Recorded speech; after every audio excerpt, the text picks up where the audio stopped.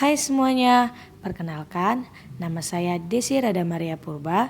Pada kesempatan kali ini, di ujian akhir semester Sejarah Musik 1, saya akan membahas tentang musik abad pertengahan.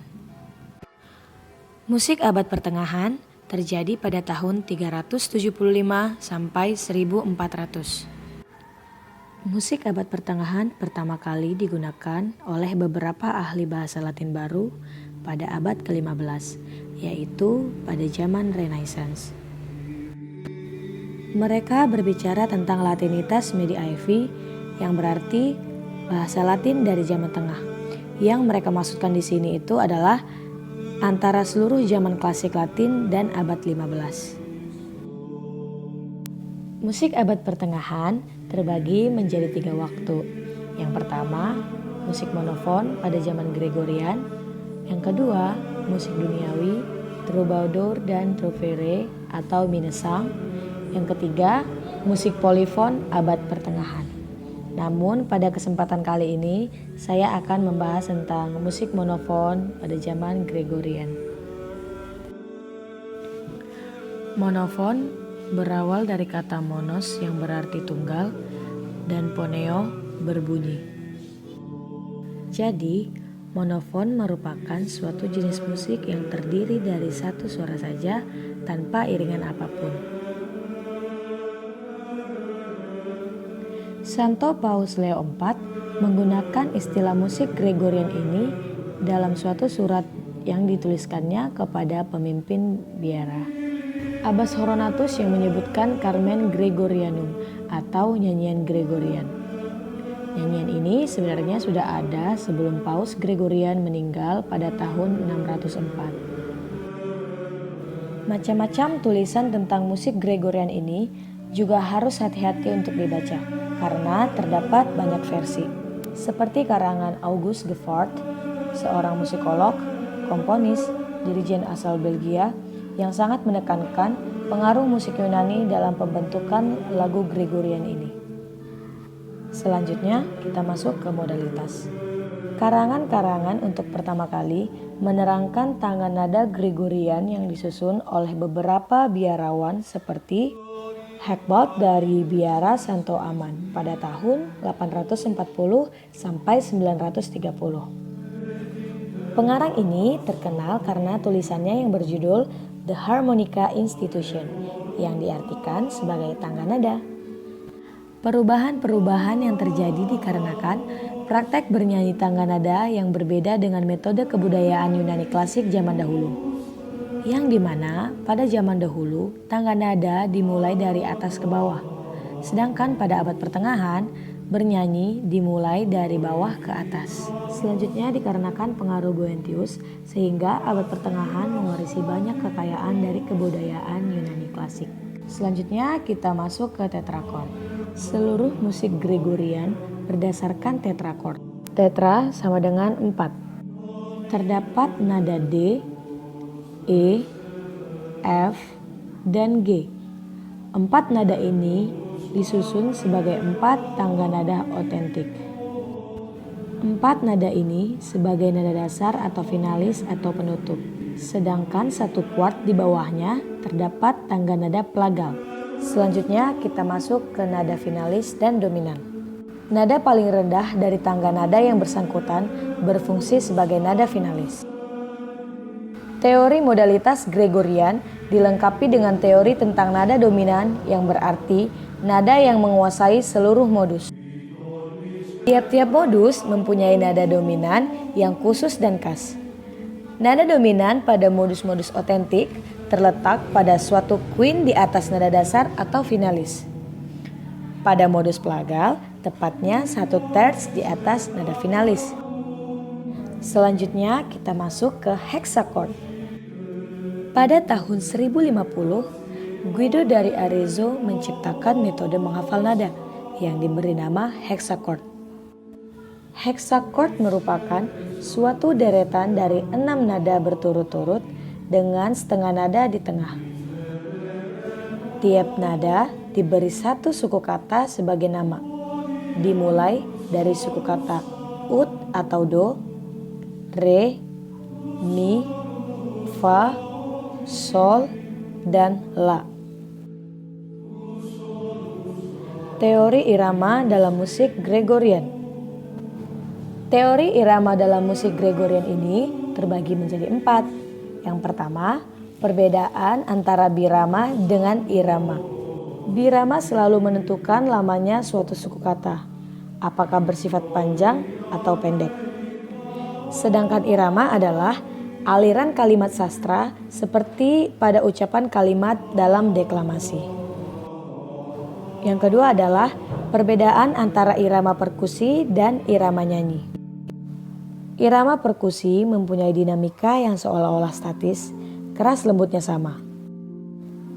Tidak serupa dengan alat-alat bukan perkusi seperti irama nyanyi yang terdapat pada crescendo dan decrescendo. Yang ketiga adalah aksen pada bahasa Latin. Aksen pada bahasa Latin terbagi menjadi 2, yaitu arsis dan tesis. Arsis dipakai pada suku kata pendek, sedangkan tesis dipakai untuk suku kata panjang. Yang keempat adalah irama Gregorian. Adapun ciri-ciri irama Gregorian ini adalah motif ritmis dimulai dengan arsis dan berakhir di tesis. Panjangnya nada Gregorian sama seperti nada musik Yunani berdasarkan Kronos Protos. Kesatuan waktu ini tidak dapat dibagi, tetapi nada Gregorian secara relatif dapat dipercepat dan diperlambat, berhubungan dengan adanya arsis dan tesis. Tidak pernah suatu tesis secara langsung dapat diikuti oleh tesis lain, akan tetapi satu arsis dapat langsung diikuti oleh arsis kedua.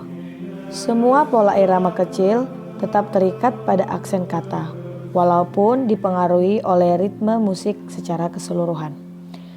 Maka dari itu, irama Gregorian tidak terikat pada suatu jenis birama tetap dan berulang-ulang. Pembahasan selanjutnya adalah bentuk-bentuk musik Gregorian. Bentuk-bentuk musik Gregorian terbagi menjadi 2. Yang pertama, aksentus, dan yang kedua, konsentus. Aksentus merupakan sebuah mazmur yang terdiri dari ayat-ayat dengan jumlah sungku kata yang berbeda-beda.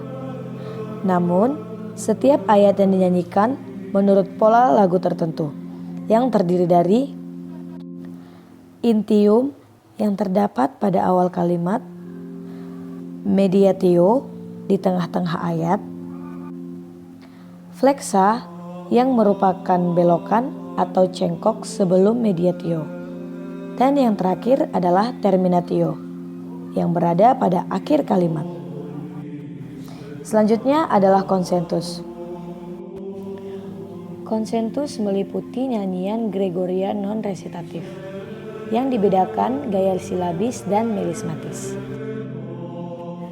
Adapun bagian-bagian dari konsentus adalah antifon yang merupakan refren yang mengapiti ayat-ayat mazmur. Responsorium yang merupakan sebuah antifon panjang dengan satu ayat mazmur dalam gaya melismatis. Ordinarium yang merupakan nyanyian ibadat ekaristi atau misa. Dan yang terakhir adalah himne yang merupakan nyanyian syair yang tersusun menurut pola irama Yunani dan dalam baris dengan jumlah suku kata tertentu, dan teksnya diambil dari kitab-kitab suci. Bentuk baru lagu Gregorian mulai abad 10. Sejak musik Gregorian diresmikan sebagai lagu ibadat gereja, maka keinginan untuk menciptakan lagu dapat diwujudkan dalam bentuk baru yang disebut dengan tropus dan sekuensi. Tropus merupakan tambahan pada suatu lagu Gregorian sebagai sisipan. Semua melisma diberi syair sehingga lagunya menjadi silabis.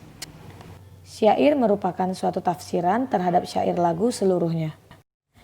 Sekuensi merupakan tropus dalam bentuk khusus yang terbagi menjadi 3. Yang pertama adalah sekuensi klasik. Pasangan-pasangan ayat tidak sama panjangnya. Terdapat banyak pengecualian juga dalam pengulangannya. Yang kedua adalah sekuensi sanjak. Panjang dan irama lagunya disamakan, dan akhirannya dihiasi dengan sanjak. Yang terakhir adalah sekuensi bait. Sekuensi bait merupakan suatu perkembangan dari sekuensi sanjak. Pembahasan selanjutnya adalah drama liturgi. Drama liturgi atau Mysterienspiel berkembang dari drama-drama kecil yang semula dimainkan dalam rangka ibadat. Masa jaya dari perkembangan drama ini terjadi pada abad ke-13. Teori estetika musik Gregorian. Martianus Capella menulis di dalam bukunya yang berjudul De Nuptiis Philologiae et Mercurii, terdapat beberapa teori tentang musik yang mempengaruhi perkembangan musik Gregorian. Bakat musik terdiri atas kemampuan menyusun lagu yang bernilai estetis baik. Harmonia yang merupakan pelajaran yang harus berpangkal pada unsur yakni nada masing-masing. Ritmika yang merupakan motif irama yang paling sederhana dan terdiri dari satu arsis dan tesis.